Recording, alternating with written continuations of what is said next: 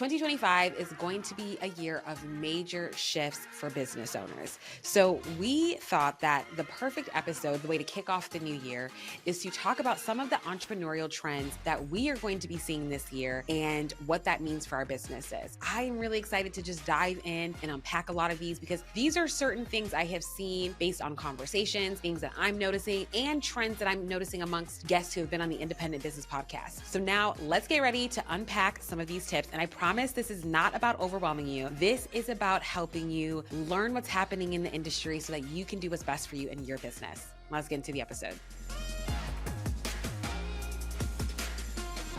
Trend number one is the client customer journey is getting longer. And I say this because I feel like people need more time to decide whether they want to work with you. It's truly about finding the right person, somebody that they feel really confident in.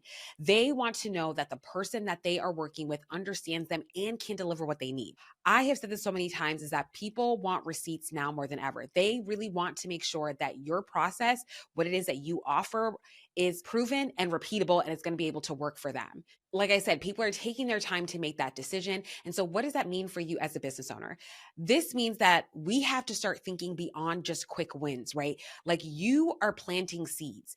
You really have to lean into nurturing your audience. And I think we honestly have to nurture them a little bit more than we did before and really build that trust over time. It's about showing up consistently, whatever that looks like in your business. Clients are looking for reassurance every step of the way. So we need to meet them where they're at. We have to be more patient, be more consistent, and focus on creating moments that make them say, yes, this is exactly what I've been looking for. And so I just want to remind you that this is a process, and that is one that's going to lead to stronger long-term relationships that is going to help you see success. Okay, trend number two, people are wanting more of a hands-on experience. They want to feel like they're a part of the process.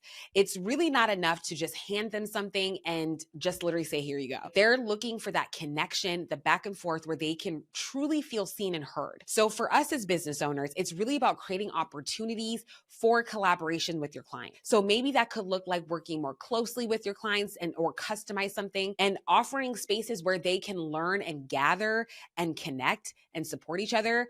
And so it's not about doing everything for them, but it is about walking alongside them and showing them what's possible. That's a great way to make sure to keep your clients motivated. Even for me, as I build my storytelling course, I just completed my beta round. One of the things that people shared was that they loved coming back every single week because I was with them every step of the way, because I held them accountable for their goals and what it was that they wanted to accomplish. And I really created that space to make sure that they could do the work and interact with each other and interact with me. Trend number three, having systems. You have to have systems in your business. Honestly, at this point, it truly is a must-have. I have interviewed six-figure, multi-six-figure, some of them even seven-figure business owners. The main thing that has truly led to their success is having systems in their business. And I say it all the time, and I'm going to say it again, systems aren't sexy. Well, actually, now they are sexy when you hear cha-ching in your bank account, right? When you hear that cha-ching in your HoneyBook account. So I really do think that we need to make it more of a priority to have systems in our business. They are what keeps things running smoothly,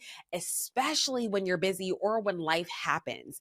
So from automating emails to ongoing workflows, it is about creating structure so you don't have to make decisions about the same things over and over. For me, I am recovering currently from decision fatigue. So this year was something I leaned into more heavily with my systems to really alleviate those small decisions I had to keep making every single day, because that's time those things build up. And so I really, really do think it's important to look at your workflow, refine them, see what works, what didn't work, and make it work for you and your clients and for your business, because your business will thank you in the long run. In fact, your business will be here tomorrow because you have these systems in place. So I think that is like, if you are like, hey, I want to hit six figures this year, look at your systems. Or if you're like, I'm already at six figures and I want to, be more like, I made 100,000, I want to make 200,000. Look at your systems, because that truly will dictate whether you're going to hit your revenue goals or not. So again, I just really want to hone in on that about having systems is a must-have in your business. Okay, this trend, this is something that I personally believe, and I have started to see slowly little conversations about this.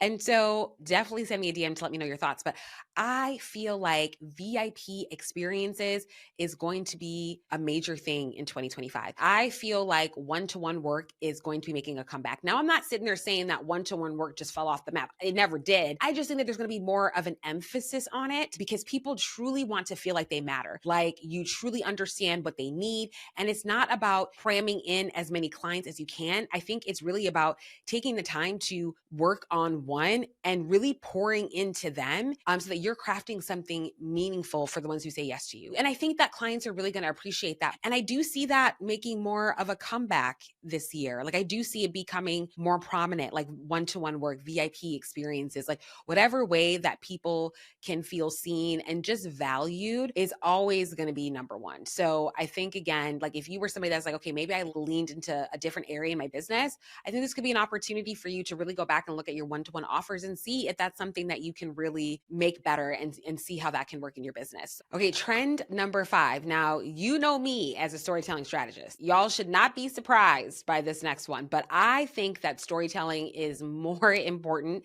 than ever. I think now we no longer have a choice. I think it's no longer a trend. I think it's truly a way of connecting with people, and it's just something that never goes out of style. But I've also said this, the way that we share stories is changing. Like storytelling has always been the anchor. Like no matter what has evolved in business and marketing, storytelling has always been there, but the way that we share stories and the way that we consume stories have absolutely changed. And so your audience, they don't want polished or perfection. They want everyday moments. Like what you think is mundane to you is extraordinary to somebody else. Really lean into who you are as a person, lean into how you experience the world. Like for me, I know I'm not the only storytelling strategist. I know there's other incredible and talented business owners who do the same thing I do, but our experiences, the way that we do storytelling is different. The way that we coach our clients is different. That's my superpower. And that's what I'm going to consistently lean into because every single day I'm gaining some type of experiences that's truly molding me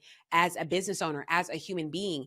And that's what I lean into to build my business, to share and connect with my audience so that I can find the right clients that align with my values. And so that is something I think, especially with the rise of AI and, it's so quick now to create content, storytelling is never going to go away. And I think if you are really wanting to stand out, if you really want to make an impact, really leaning more into storytelling. It's never going to go away. And I think now it's so essential to have it in your strategy. Trend number 6, I also think, which kind of very similar to some of the trends that I've already talked about earlier, but customer service is really going to be key. Like customer service, client experience, again, like that is going to be such a major thing in 2025 because, just really think of a time when someone has made you feel really seen, like somebody has really made you feel special. Like they didn't just do the bare minimum. They went out of their way above and beyond to make you feel very, very valued. That's what client experience is all about. And honestly, like I said, it's going to be huge this year because here's the thing. It doesn't have to be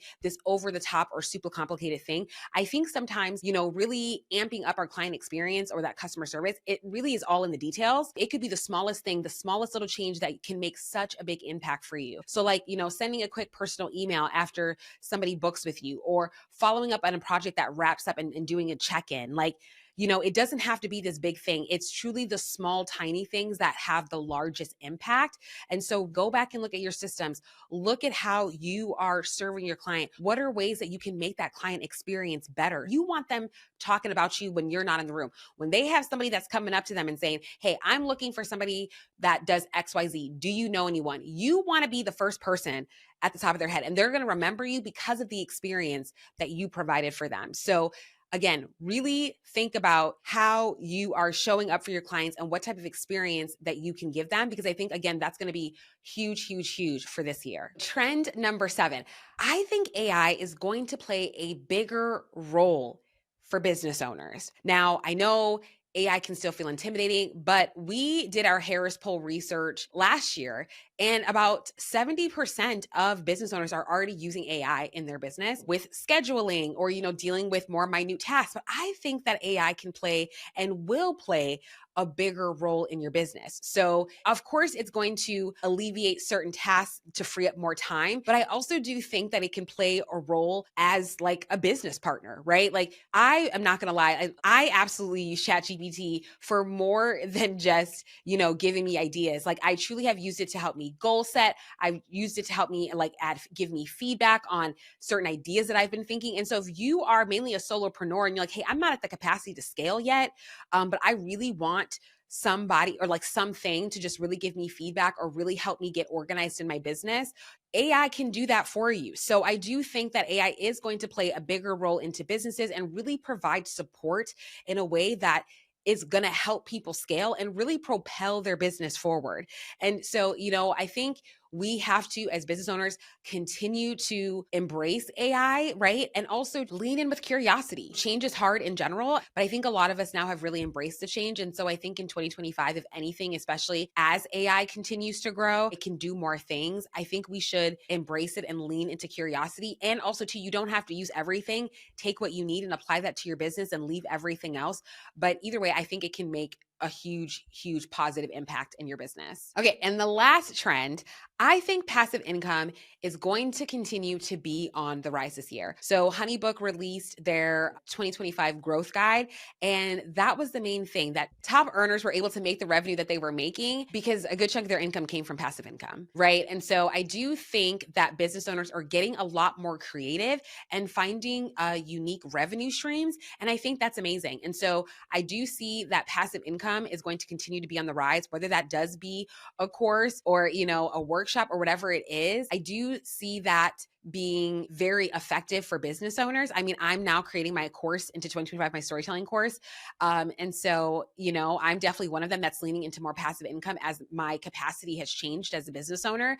And so I'm embracing that. And I'm also leaning into templates. At HoneyBook, we have the template shop where you can create templates and sell them, where you can get that passive revenue. There's so many unique ways to make money. And I'm excited to see how business owners lean into this area and create passive income streams that are truly going to work for them and their business. All right. And there you have it. These are the things that I think are going to be very prominent in 2025. And so I want to hear from you. Send me a DM on Instagram and let me know what you think of some of these takeaways, because I would love to know your thoughts and just continue this discussion further. Because again, I think we can take these and be very strategic with how we apply them to our business. Now, you definitely don't have to apply everything to your business, but take what you need and apply what works for you. So thank you, as always, so much for tuning in. And until next time.